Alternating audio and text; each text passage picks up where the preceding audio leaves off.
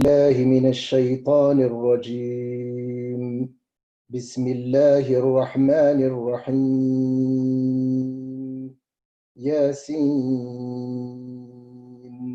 والقرآن الحكيم إنك لمن المرسلين على صراط مستقيم تنزيل العزيز الرحيم لتنذر قوما ما أنذر آباؤهم فهم غافلون لقد حق القول على أكثرهم فهم لا يؤمنون إنا جعلنا في أعناقهم أغلالا فهي إلى الأذقان فهم مقمحون وجعلنا من بين أيديهم سدا ومن خلفهم سدا فأغشيناهم فهم لا يبصرون صدق الله العظيم ونحن على ما قال ربنا من الشاهدين. بسم الله والصلاة والسلام على رسول الله وعلى آله وأصحابه أجمعين. اللهم اشرح لي صدري ويسر لي أمري واحلل عقدة من لساني يفقه قولي. Chers frères, chères sœurs, j'espère que vous portez bien ainsi que vos familles. Allah yahfadna wa iyyakum wa jami' al-muslimin. Je voulais, Inch'Allah, partager quelques petites réflexions concernant Surat Yasin, comme on est dans le mois du Coran, Shahr Ramadan, alladhi unzila fihi al-Qur'an. Donc, je ne pouvais pas trouver d'autres meilleurs rappels que la parole d'Allah subhanahu wa ta'ala. En guise d'introduction concernant Surat Yasin, on peut trouver que c'est une sourate mécoise qui a été révélée à la fin de la période mécoise où le conflit qui opposait le prophète avec les Mécois battait à son plein. Et dans la sourate Yasin, Allah subhanahu wa ta'ala va venir avertir les Quraysh que s'ils persistent, d'abord il leur rappelle ce que rappellent toutes les sourates mécoises, qui sont les principes de base des sourates mécoises, qui consistent à rappeler les gens sur l'unicité d'Allah Azza wa Jal. Et dans cette sourate, vous voyez que Allah donne des signes tirés donc, de l'univers. Il donne aussi des signes donc, dans la création des cieux et de la terre. Il parle de la véracité du message du prophète sallallahu alayhi wa sallam. Et dès le début de la sourate, innaka lamina al-mursalin ala siratin mustaqim. Allah Azza wa Jal vient réconforter le prophète sallallahu alayhi wa sallam face à l'oppression qu'il était en train de subir lui et ses compagnons, face à la raillerie et face à tout le stratagème que les Mécois avaient mis en place face au prophète sallallahu alayhi wa sallam et face à ce nouveau message naissant qu'était l'islam. Vous allez remarquer, subhanallah, dès le début, donc on va faire une petite... j'attire l'attention pour les frères et les sœurs dans les manières de méditer le Coran al-Karim qui recèle énormément de trésors. Il y a des choses sur lesquelles il faut être vachement attentif. C'est la question de la répétition. Et là, je vais vous donner juste un petit exemple qui vous montre que la répétition peut orienter notre réflexion, notre méditation. Allahu a'lam. En guise donc de 2 points. D'abord le mot al-mursalin. Verset. Donc, je vous invite pour ceux qui le souhaitent à prendre un Coran en phase 2. Je donnerai les références des versets et vous pouvez parcourir la petite allocution avec le Coran dans les mains, Inch'Allah ta'ala. Verset 3, innaka lamina al-mursalin, tu es du nombre des messagers. Au verset 13, wadrib lahum mathalan ashab al-qaryati id ja'aha al-mursalun, auxquels furent dépêchés des prophètes. Ensuite, il dit dans le verset 14, id arsalna ilayhim ithnayni fakaddabuhuma fa'azzazna bi thalithin faqalu inna ilaykum mursalun. Donc, je ne traduis pas tout le verset, mais il dit nous avons été envoyés vers vous. Puis au verset 16, قالوا ربنا يعلم إن إليكم لمرسلون. Pareil, il le répète, nous avons été envoyés vers vous. Au verset 20, il le répète encore. قال يا قوم اتبعوا المرسلين.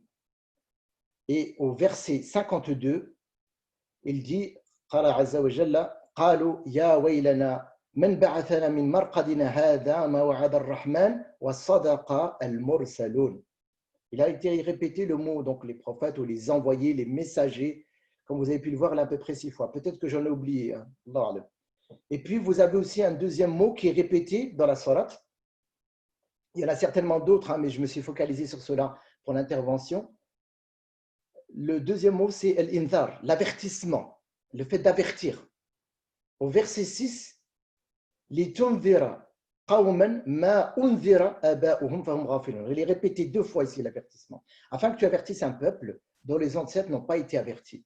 Au verset 10, il dit wa sawa'un 'alayhim anzartahum am lam tunzirhum la yu'minun. Il l'a répété encore 2 fois dans ce verset. Il leur est donc égal que tu les avertisses ou que tu ne les avertisses pas, ils ne croiront pas.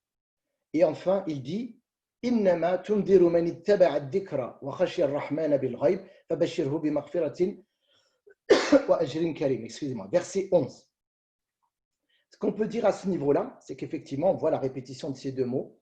Et Allah Azza wa Jal, 2 remarques qu'on peut faire à ce niveau. Il a envoyé donc les messagers comme avertisseurs et avertisseurs donc du châtiment, annonciateurs de la bonne nouvelle. Et on a dit tout à l'heure, cet avertissement, il est lié à quoi? Il est lié au fait que, mettez-vous bien dans le cadre, que les Mécois, donc le contexte de la révélation de la sourate, les Mécois sont en opposition par rapport au prophète sallallahu. Ils vont même essayer d'attenter à sa vie, donc de le tuer. Donc la persécution, elle a atteint son paroxysme. Et pourtant, Allah vient le rassurer et vient le rassurer sur la véracité du Coran et sur la véracité de son message et qu'Allah ne le laissera jamais, ne l'abandonnera pas. Et face à ce message, deuxième remarque, Allah lui dit, il y a 2 types de personnes. 2 types de personnes. Chose sur laquelle celui qui appelle à Dieu doit toujours avoir ça quelque part dans son esprit. Face à cet avertissement, les gens sont de 2 catégories. Il te dit d'un côté, verset 10, il y a certains que tu vas les avertir, ils ne croiront pas en ton message, ils n'écouteront pas. Et d'autres, et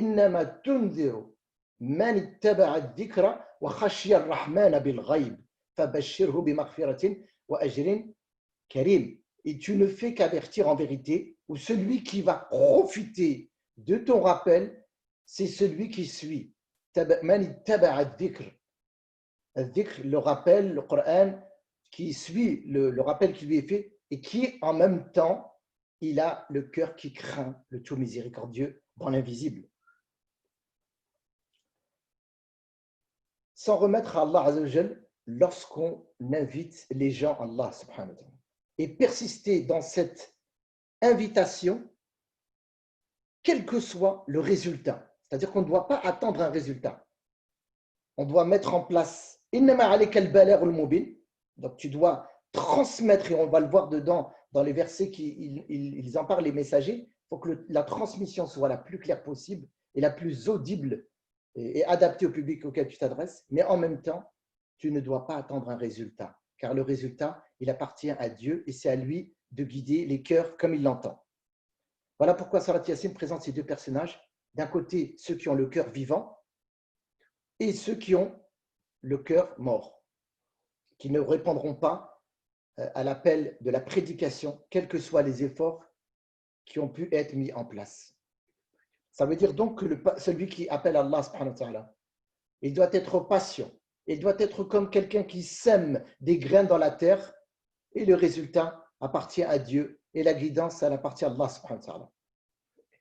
Face à cet appel, Allah, dès le début, et on le voit, c'est pareil, c'est un mécanisme qu'on voit dans beaucoup de sourates. Je ne sais pas si on peut appeler ça un mécanisme, peut-être Allah, astaghfirullah, ce n'est pas un mécanisme, mais je veux dire, cette loi divine, elle revient dans beaucoup de sourates.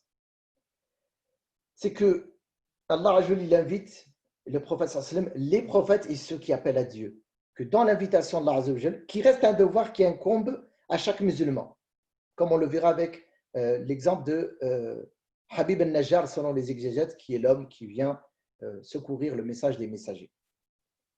Même si en apparence la réaction des gens n'est pas au rendez-vous, ils ne répondent pas à l'appel, où il ne croit pas tout simplement, il ne faut pas que celui qui appelle Allah se décourage, mais au contraire, il doit s'armer d'énormément de patience.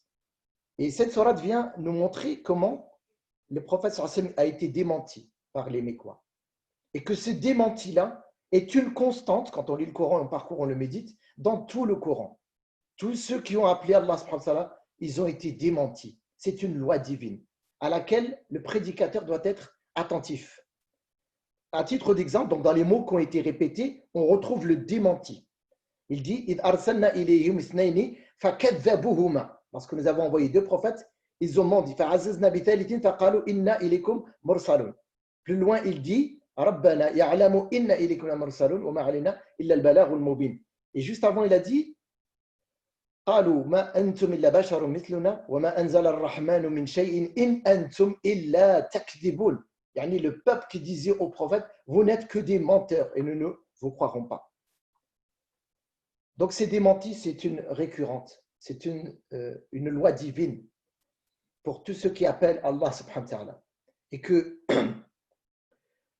celui qui fait face à cette, c'est-à-dire à cette, on revoit ici que dans ces versets-là, je veux en même temps faire le lien entre ces versets qui parlent des exemples, donc des messagers, et l'opposition à laquelle ils ont fait face à leur peuple, et au contexte de la révélation où le prophète faisait face à une même opposition et à un même démenti, et carrément à des campagnes de diffamation et c'est-à-dire de tyrannie vis-à-vis des musulmans, puisqu'on le voit, le degré ici d'oppression est très fort, puisqu'ils sont prêts à ils ont dit, nous allons vous lapider pour vous montrer le degré d'opposition qu'ils avaient au niveau du message des prophètes. Alors ici, une indication qui est importante pour celui qui appelle Allah Azza wa Jal. Celui qui appelle à Dieu doit s'attendre effectivement à des épreuves. Ce ne sera pas un long fleuve tranquille. Il va y avoir des difficultés, il va y avoir des épreuves, il va y avoir même des gens qui vont te calomnier, des gens qui vont t'insulter, des gens qui vont, c'est-à-dire atteindre à ta réputation. Et il faut s'y attendre malheureusement, puisque ça fait partie. Et si nous lisons les recommandations que Luqman avait fait à son fils, il lui a dit وَأْمُرْ بِالْمَعْرُوفِ وَانْهَ عَنِ الْمُنْكَرِ وَاصْبِرْ عَلَى مَا أَصَابَكَ. Commande le bien, interdis le mal et patiente dans ce que tu vas être amené à être confronté, patiente, ce qui va t'arriver. Ça fait partie de la ferme résolution dont s'armer les prophètes et dont doit s'armer toute personne qui appelle à Dieu. Troisième point, Allah nous donne un exemple vivant d'un homme qui est un croyant, un simple croyant. Ce n'est pas, on va dire, un shirk diplômé qui sort de l'Azhar, ou je contextualise ça maintenant, où on va dire que la prédication, elle lui est complètement dévolue qu'à lui et basta. Non. Ici, c'est quelqu'un, un croyant, mais qui a le rira, il a l'amour, il a le rira, la jalousie pour sa religion. Et il aime la religion d'Allah. Et il ne ménage aucun effort pour la diffuser. Malgré que, déjà, il y avait des prophètes et qui diffusaient le message. D'accord ? Et cette personne est une caricature qui est importante à laquelle nous devons tous réfléchir. Habib al-Najjar, une personne qui a, subhanallah al-adim, était jusqu'à, dans son engagement vis-à-vis de sa foi, il a été jusqu'à donner sa vie pour être en soutien à la religion d'Allah. Nous devons vraiment méditer sur ce passage, notamment concernant Habib al-Najjar. Donc le but, ce n'est pas de la raconter ici, vous la connaissez mieux que moi, mais c'est d'attirer votre attention sur quelques éléments concernant les passages qui parlent de cette sourate, de ce passage avec Habib al-Najjar. Donc c'est un homme qui a pris la responsabilité de la religion et qui a, c'est-à-dire par amour pour son prochain, commencé à prêcher et c'est-à-dire à s'engager dans la voie de la prédication vis-à-vis de son peuple. Lorsqu'Allah nous dit وَجَاءَ مِنْ أَقْصَى الْمَدِينَةِ رَجُلٌ يَسْعَىٰ قَالَ يَا قَوْمِ اتَّبِعُوا الْمُرْسَلِينَ اتَّبِعُوا الْمُرْسَلِينَ اتَّبِعُوا مَنْ لَا يَسْأَلُكُمْ أَجْرًا وَهُمْ مُهْتَدُونَ. Cet homme qui a couru de l'autre bout de la ville et il s'adresse à ses concitoyens en leur disant écoutez ce que disent les prophètes, ce à quoi chacun de nous doit appeler dans le suivi du message du Coran et dans le suivi du message de la tradition prophétique.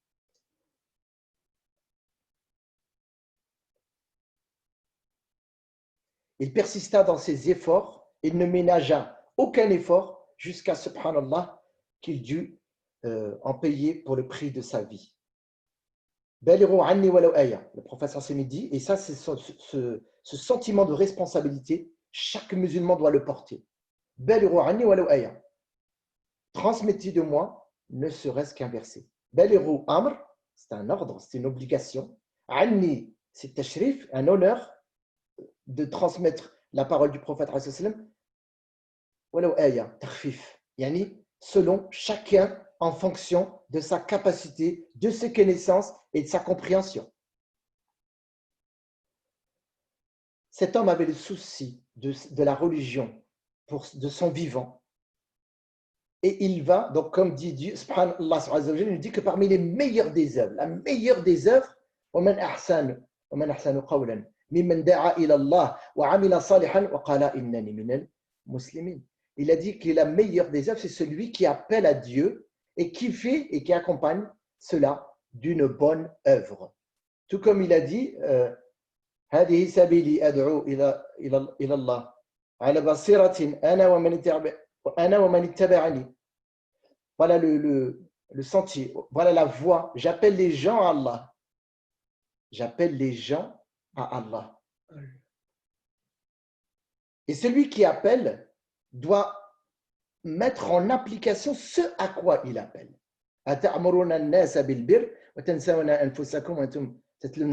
Allez-vous commander aux gens le bien et vous vous oubliez vous-même, Dieu nous dit, comme il dit dans ce verset, إن يردني الرحمن بضر لا تغني عني شفاعتهم شيئا ولا ينقذون إني إذا لفي ضلال مبين إني آمنت بربكم فاسمعون. Donc il dit que lui, il est le premier à adorer Allah Azza wa Jal et qu'il n'associerait rien à Dieu.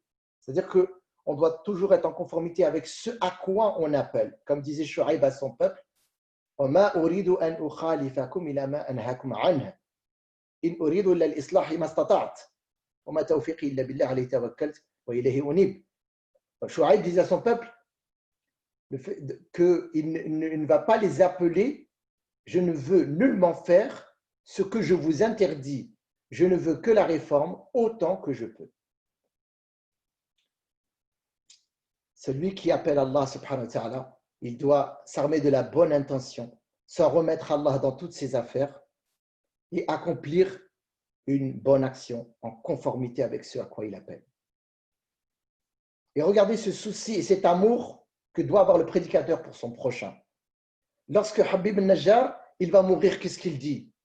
Ils vont le tuer, mais d'une façon atroce. On ne rentre pas dans les différentes exégèses, les différentes façons, ce n'est pas ça le plus important. C'est qu'il va mourir de façon atroce et il meurt en martyr au plus haut degré. Au plus haut degré. Et il dit, quand il passe de l'autre côté, on lui dit qu'il a trop les Jannah. Rentre au paradis. Regarde, pourtant il va voir on dit que le martyr, il voit le paradis. Et pourtant, il ne regarde pas le paradis. Qu'est-ce qu'il pense? Il pense à son peuple. Qu'est-ce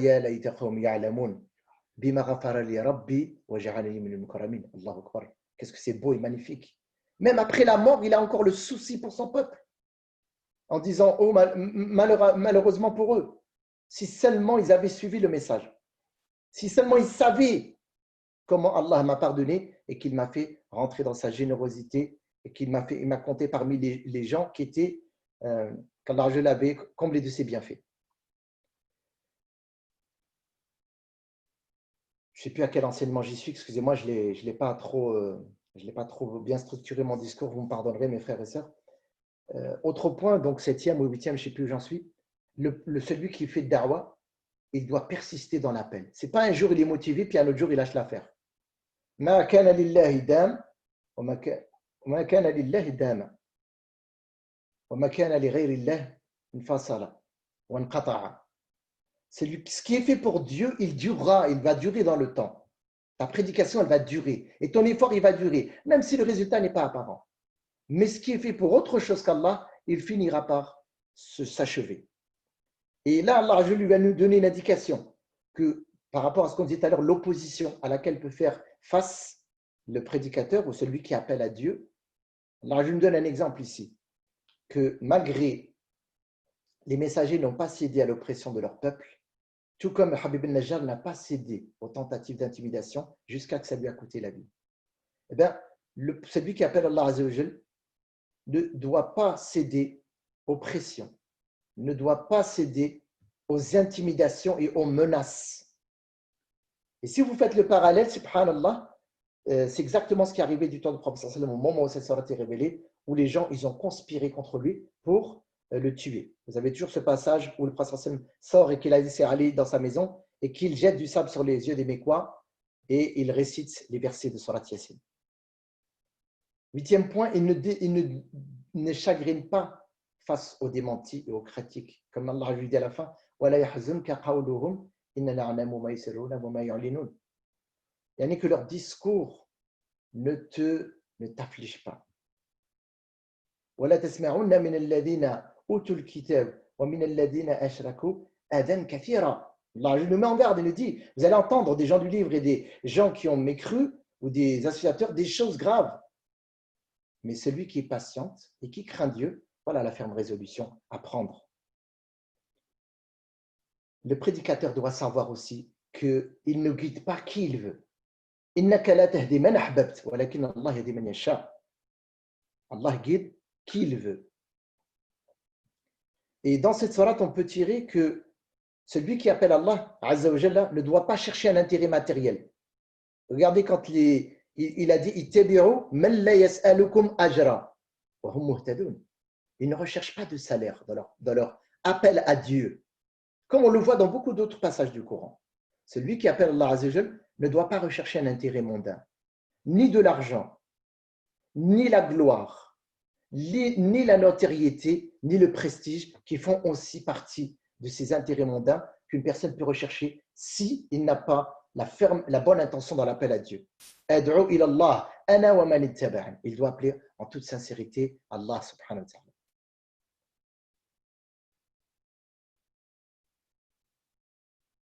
Donc, cette sourate nous invite, chers frères, chères sœurs, à ne pas ménager nos efforts dans la sincérité, dans l'appel et la propagation de notre religion. Et que une constante qu'on doit retenir, in tansurullah yansurkum.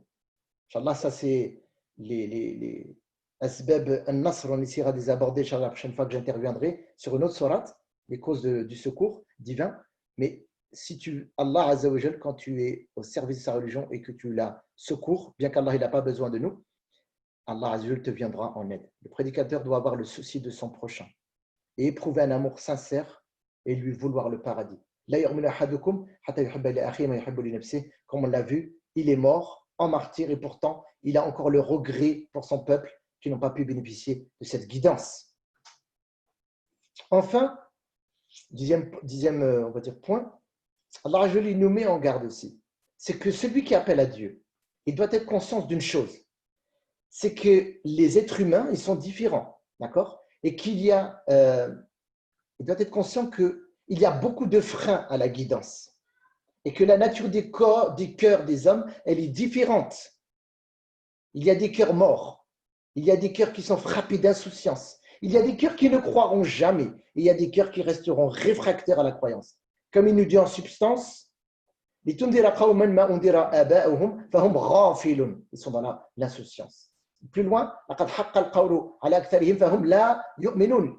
ils vont s'obstiner dans la croyance, ils ne croiront pas.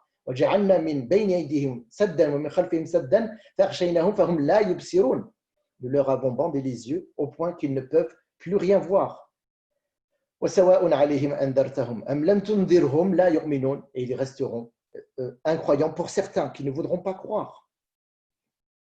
Il nous dit aussi en substance que dans ce qui va s'opposer à ce que les personnes reviennent à Dieu et qu'ils soient bien guidés par le rappel et le message, c'est le fait que la plupart des gens qui ne veulent pas répondre à l'appel, au rappel, c'est qu'il ne faut pas oublier qu'il y a aussi un autre facteur qui intervient en ligne de compte, c'est ses passions et le rôle que Satan joue. ألم أعهد إليكم يا بني آدم ألا تعبدوا الشيطان إنه لكم عدو مبين وأن اعبدوني هذا صراط مستقيم. Allah Azza wa Jal, il nous dit bien que ne vous ai-je pas engagé, ô fils d'Adam, ou averti à ne pas adorer Satan. Ne vous ai-je pas dit qu'il était votre ennemi déclaré?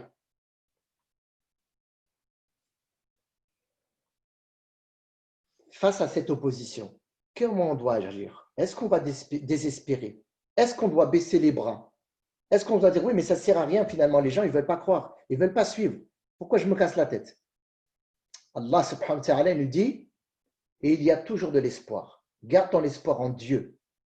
Car Allah subhanahu wa ta'ala peut faire revivre un corps mort, il peut le revivifier. Tout comme il nous le dit dans plusieurs passages de Surat Yasin. J'en cite un ou deux. Il dit, alors il parle bien sûr de l'au-delà, mais la résurrection de la résurrection des corps, aussi, il y a une allusion à la résurrection des cœurs. Un cœur qui était mort, c'est lui qui était mort, Allah te dit, nous l'avons fait revivre. Quoi? C'est son cœur qu'Allah l'a réactivé. C'est pour ça qu'il ne faut jamais désespérer dans l'appel à Dieu. Ça peut concerner un de tes proches, ça peut concerner ton voisin, ça peut concerner quelqu'un qui t'est cher et qui ne veut pas suivre la religion. Inna nahnu nuhyi al-mawta wa naktubu ma qaddamu wa atharahum wa kulla shay'in ahsaynahu fi imamin mubin. Et Allah Azza wa Jalla ici, il nous donne un exemple, subhanallah, édifiant de la capacité divine, de la puissance divine à revivifier la terre après sa mort. Bien sûr, il faut prendre bien sûr au premier degré la terre, il y a l'eau qui tombe, elle fait vivre la terre. Mais il y a aussi une forme parabolique et on va le mettre en écho avec un autre verset. Lorsqu'il dit وَآيَةٌ لَهُمْ الْأَرْضُ الْمَيْتَةُ أَحْيَيْنَاهَا وَأَخْرَجْنَا مِنْهَا حَبًّا فَمِنْهُ يَأْكُلُونَ. Il donne l'exemple ici de la terre qu'il a revivifiée après sa mort et qui va donner des fruits, etc. etc. Subhanallah.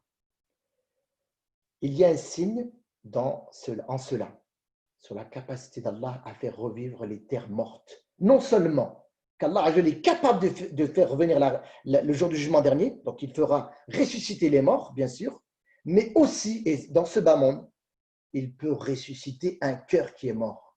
Lorsque tu l'appelles à Dieu et que tu invoques Allah en faveur de la personne. Allah ne dit pas d'ailleurs dans Surat al-Hadid, ألم يأن للذين آمنوا أن تخشع قلوبهم لذكر الله وما أنزل من الحق ولا يكونوا كالذين أوتوا الكتاب من قبل فطال عليهم الأمد فقست قلوبهم وكثير منهم فاسقون. C'était le verset juste après, excusez-moi. يعلموا أن الله يحيي الأرض بعد موتها. Sachez que Dieu fait revivre la terre après sa mort. قد بينا لكم الآيات لعلكم تعقلون. Et quand tu regardes les exégèses, il parle aussi de la révivification du cœur. N'est-ce pas? Inna nahnu nuhyi al-mawta wa naktubu, comme on l'a dit précédemment. Donc cette sourate, mes frères et sœurs, en guise de petite conclusion, j'ai essayé d'être le plus court possible, bien que je trouve que j'ai un peu dépassé mon timing, excusez-moi. Elle nous incite vraiment à avoir l'amour de sa religion, la jalousie, la transmettre, ne pas ménager les efforts pour transmettre la religion, la donner à disposition. Et si tu aimes une chose pour toi-même, il faut que tu la veuilles pour les gens et qu'il ne faut pas désespérer dans ce rappel, car Allah Azza wa Jal est capable de faire revivre un cœur mort. Barakallahu fikum. J'espère, Inch'Allah, avoir été suffisamment clair dans ce bref exposé. Alors, Saïd, je te redonne la main. Je te remercie, Abdelaziz, pour ton intervention. Toujours de qualité, toujours un plaisir de t'écouter. Alhamdulillah. Donc, écoute, merci beaucoup pour ton intervention. Ça nous fait du bien aussi de rappeler, comme tu l'as dit, avec le meilleur des rappels, c'est la parole de Dieu. Et surtout dans ce mois béni de Ramadan, qui est le mois du Coran, il fallait en profiter. Donc, merci beaucoup de nous avoir fait profiter de cela. Et Inch'Allah, de toute manière, je pense qu'on te retrouve, on te retrouve, c'est ça? Inch'Allah. Dans 2 semaines, Inch'Allah. Inch'Allah. Okay. Je donne encore quelques infos, après je te laisse conclure. Hein. Ouais. Juste avant Saïd. Oui, cher. Barakallahu fik, Abdelaziz. Donc, juste un rappel pour tout le monde. L'objectif de ces rappels, c'est un accompagnement spirituel pour garder toujours le réflexe de faire l'Aïcha et tout de suite faire Tarawih. Donc, j'invite tout le monde, Inch'Allah. On a choisi vraiment avec précision juste avant l'Aïcha pour garder le même rythme qu'à la mosquée parce que notre objectif c'est de transmettre et de transformer nos maisons en mosquées. Donc j'invite tout le monde, Inch'Allah, après la conclusion de notre frère Abdelaziz, de faire Salat l'Aïcha et d'essayer de faire l'effort pour faire au minimum 4 rak'at. Pas besoin de faire des longs chapitres ou des longs chapitres des grandes sourates, mais garder vraiment cette sunna, la revivification de cette sunna qui est tarawih, 4 rak'at, 6 rak'at, 8 rak'at, selon nos capacités, selon notre capacité, avec des petites sourates, en prenant un livre, en prenant le Coran, en prenant un portable. Donc, tous les moyens sont possibles. Mais, jazakumullahu khairan, gardez cette sunna de faire tarawih tout de suite après l'Aïcha. Barakallahu fikum, jazakumullahu khairan. Jazakallahu khair. Barakallahu fik, cher. Inch'Allah, demain, je vous invite, on se retrouve à 18h, Inch'Allah, avec Sofiane Mediani, qui va aborder la thématique suivante, qui est comment faire du confinement un cheminement. Ce sera à 18h, Inch'Allah. Donc, on espère, je vous invite à y participer pour se retrouver, comme l'a dit Cher. Donc, Abdelaziz, c'est à toi de conclure, Inch'Allah. بسم الله الرحمن الرحيم والعصر إن الإنسان لفي خسر إلا الذين آمنوا وعملوا الصالحات وتواصوا بالحق وتواصوا بالصبر إن الله وملائكته يصلون على النبي يا أيها الذين آمنوا صلوا عليه وسلموا تسليما اللهم صل على محمد وعلى آل محمد كما صليت على إبراهيم وعلى آل إبراهيم وبارك على محمد وعلى آل محمد كما باركت على إبراهيم وعلى آل إبراهيم في العالمين إنك حميد مجيد سبحان ربك رب العزة عما يصفون وسلام على المرسلين الحمد لله رب العالمين بارك الله فيكم الله يجازيكم بخير والله يفتح عليكم رحمة على والديكم إن شاء الله.